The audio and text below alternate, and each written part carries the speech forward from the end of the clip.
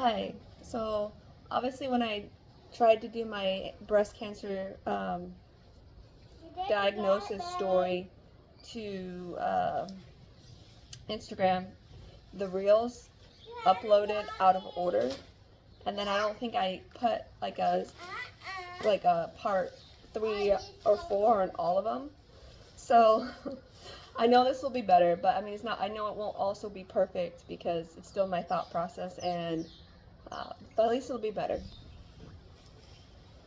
So I first noticed breast cancer symptoms when I quit breastfeeding Johnny. So that was February of 2024. And because what had happened was I'd get a lump on the side of my boob, but it would swell up and then decrease in size, which was weird. And it was so tender, like super tender, like painful. Like if it got bumped, I would drop to my knees. So I made an appointment with a new primary care because my other one had moved, and I was trying to find someone who hopefully would be there, and so I went. I got Tri-Cities Medical. Like it takes super long to get any I feel like there's a huge shortage of primary cares right now in the Tri-Cities. So it was February. I got an appointment for May. I also needed to renew my thyroid medicine because I have to go to a doctor every year to get my thyroid prescription renewed and get that checked. There's a dinosaur. Is the dinosaur going to ride a bike? And unfazed, third child, miracle. No, go away. But anyways, yeah, my thought process plus like children running around. Hopefully this is clear. But anyways, so I made that appointment, went in for May. I told her my mom had breast cancer at 50 and that I had this lump on the side of my breast that the size would change and you could it would almost swell and then you could massage it, but there was always something there and it was about like the size of a pea. And it was super tender to the touch, where like if it got bonked, it would drop me to my knees. I told her that. And then her response was, "Oh, I think that's probably just related to your cycle." And I was like, "Well, I'm 30 and it's so like when it gets hit, it's worse than childbirth." And she's like, "Oh, well, no, just because it changes size, so I'm sure that's just a hormonal thing." And I was like, and I asked her, I was like, "Well, are you going to examine it?" And her response was, "Do you want me to?" And I was like, "Yes." And then she didn't find anything. I mean, I was like, "It's right here." And she's like, I don't feel it. So I was just like, and then she just kind of moved on with the appointment, like asking me about listen to my lungs, listen to my ears, basic stuff. And then it got progressively less and less tender. And then in September of 2024, we got pregnant with Laura. And then during the pregnancy, it wasn't tender at all, but that spot was always there. And it didn't seem to change in size, and it wasn't tender anymore. So I thought it was just like a calcified duct, like a milk gland. That's what I thought it was. But then when I gave birth to Laura, and my milk came in, it hurt so bad. I was in tears whenever I would try to nurse her. It felt like there was something sharp, in my nipple, and she has a really strong it was a very it was brutal. But my midwife, who knew my pain threshold, she's like, "This is ridiculous.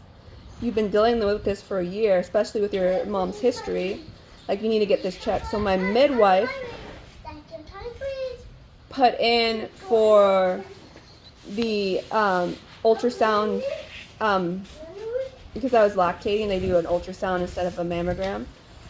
And that's when they discovered the one lump. And like, you know, it's never a good sign when they leave the room. They're like, oh, I need to go check to the doctor real quick. Yeah. So they found the one lump, and then they ordered a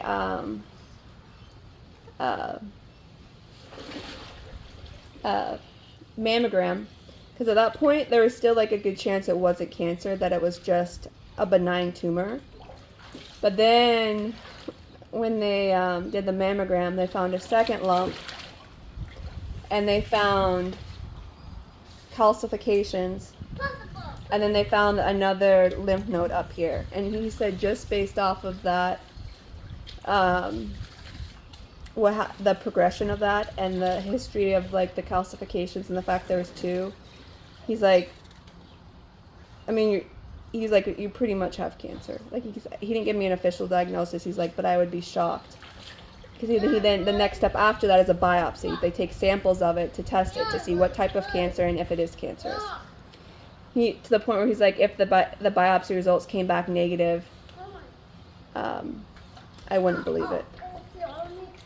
At that point, we were like, I mean, I pretty much knew, but I was still hopeful that maybe like it was just one of them. I was just hopeful that the lymph nodes weren't cancerous, that they were just inflamed and swollen as an immune response. But they were both. I have one here, and then on the side I have 3 lymph nodes. So thank God that my midwife was like, no, you need to take this seriously, because and it's weird, right, that tumors aren't supposed to change in size. Like it's like usually like a linear progression where they slowly get bigger, which is why I thought it was like a lactating thing, and why I let the nurse practitioner's attitude about it kind of give me an excuse to not take it seriously. And like, usually cancer, it's not super painful like that. And the size was weird. Like even the doctors who specialize, I've met with 6 different oncologists in the interview process. And they are like, we've never heard of a tumor size swelling and reducing. Like that's weird. So yeah, I mean, obviously, like I wish I wouldn't have let that nurse practitioner make me doubt myself and not take it seriously. And I mean, yeah, like a year, right? Like that, I probably just would have been like a stage 2. I wouldn't have had to do radiation. Like I wouldn't have had to do chemo. It probably just would have been a lumpectomy where they just remove the tumor. They don't have to remove the whole thing. But the one good thing about it is we got Laura out of it, because if she would have diagnosed it then, like I would have been doing cancer treatment, so we wouldn't have her. And she's pretty special. But yeah, that's the whole diagnosis saga. Thanks.